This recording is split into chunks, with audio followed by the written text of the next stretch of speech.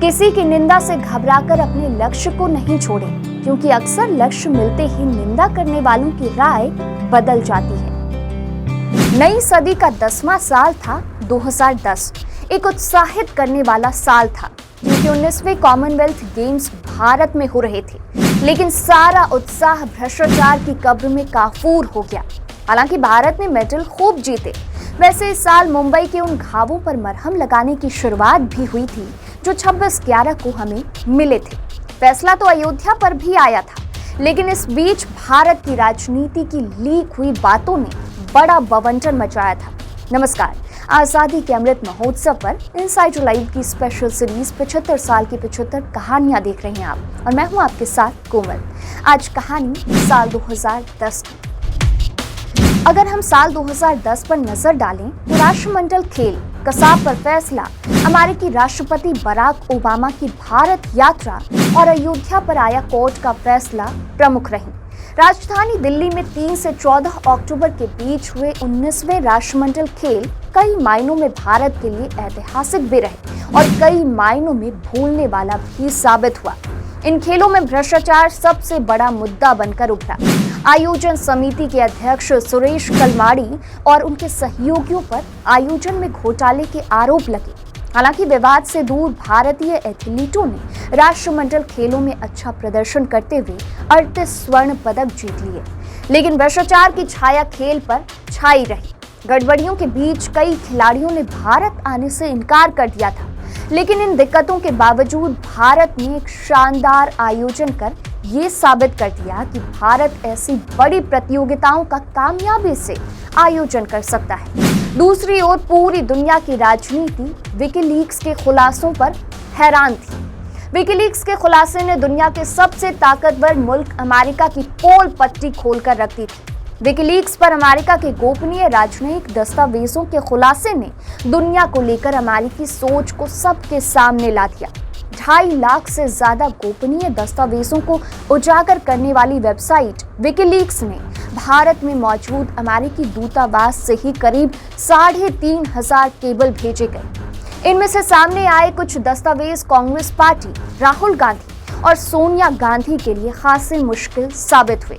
हिंदू आतंकवाद को लश्कर ए तैयबा से ज्यादातर खतरनाक बताने वाली टिप्पणी को लेकर राहुल गांधी और उनकी पार्टी बचाव करती दिखी। वहीं गोपनीय दस्तावेजों में सोनिया की नेतृत्व क्षमता पर सवाल उठाए गए। 26 नवंबर 2008 को मुंबई पर हुए आतंकी हमले के बाद कांग्रेस की सांप्रदायिक राजनीति की कोशिशों के बारे में अमेरिका के गोपनीय राजनयिक दस्तावेज के खुलासे ने कांग्रेस को बगलें झांकने पर मजबूर कर दिया। वैसे मुंबई पर हुए आतंकवादी हमले में जिंदा बचे असमल आमिर कसाब को एक स्पेशल कोर्ट ने इसी साल मई में दोषी ठहराते हुए मौत की सजा सुनाई थी। इस हमले में कुल 10 आतंकवादी शामिल थे, जिनमें से 9 की हमले के दौरान ही मौत हो गई थी और सिर्फ कसाब ही जिंदा पकड़ा गया था। कसाब को आर्थर रोड जेल में रखा गया था। 2010 के नवंबर में अमेरिका के राष्ट्रपति बराक ओबामा भारत दौरे पर आए। ओबामा का ये दौरा कई मायनों में ऐतिहासिक रहा।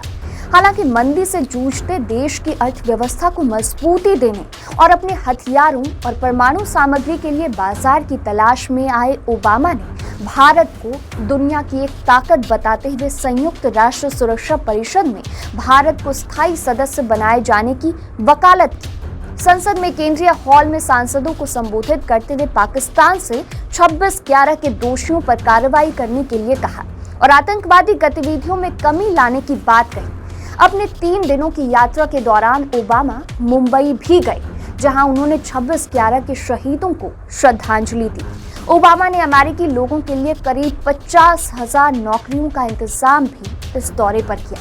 वहीं इलाहाबाद हाई कोर्ट की लखनऊ बेंच ने 50 साल से ज्यादा पुराने अयोध्या में विवादित भूमि के मालिकाना हक के मामले में ऐतिहासिक फैसला देते हुए कहा कि विवादित जमीन से रामलला की प्रतिमा नहीं हटेगी। इसके साथ ही कोर्ट ने जमीन को 3 हिस्सों में सुन्नी वक्फ बोर्ड, निर्मोही अखाड़ा और रामलला पक्ष को बराबर बांटने के निर्देश दिए।